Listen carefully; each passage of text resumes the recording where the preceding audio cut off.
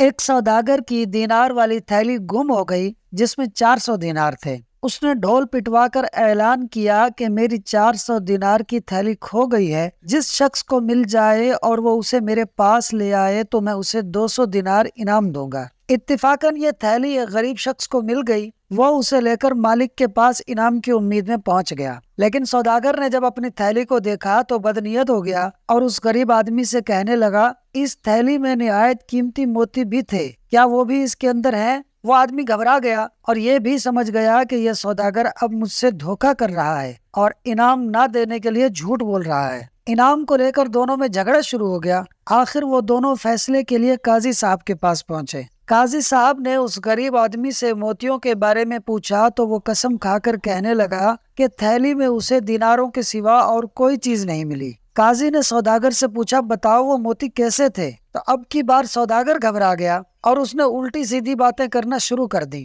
اور موتیوں کے بارے میں واضح طور پر کچھ نہ بتا سکا۔ قاضی صاحب نے جان لیا کہ یہ جھوٹ بول رہا ہے اور جھوٹ سے اس کا مقصد یہ ہے کہ اپنے اعلان کے مطابق اسے انعام نہ دینا پڑے۔ قاضی صاحب نے اسے کہا کہ اب میرا فیصلہ سنو۔ تمہارا دعویٰ ہے کہ تمہاری تھیلی گم ہو گئی جس میں دینار بھی تھے اور موتی بھی تھے، جبکہ یہ آدمی جو تھیلی لایا ہے اس میں کوئی موتی نہیں ہے۔ لہٰذا میں اس نتیجے پر پہنچا ہوں کہ یہ تھیلی تمہاری ہے ہی نہیں، اس لیے تم اپنی گمشدہ تھیلی کے لیے پھر سے اعلان کراؤ۔ ممکن ہے تمہاری گمشدہ تھیلی تمہیں مل جائے اور تم کامران و بامراد ہو جاؤ۔ بہرحال یہ تھیلی تمہاری نہیں ہے۔ پھر قاضی صاحب نے اس غریب آدمی سے کہا، یہ تھیلی اپنے پاس احتیاط سے رکھو اور اس کی تشہیر کراتے رہو۔ اگر اس کا کوئی دوسرا دعوے دار نہ ملے اور تم اس کے مالک کے ملنے سے نا امید ہو جاؤ تو اسے صدقہ کر دینا۔ اور پھر ایمانداری پر اسے 200 دینار انعام میں دیے۔ دوستو، اسے کہتے ہیں لالچ اور بددیانتی کا انجام۔ آپ کو قاضی صاحب کا فیصلہ کیسا لگا؟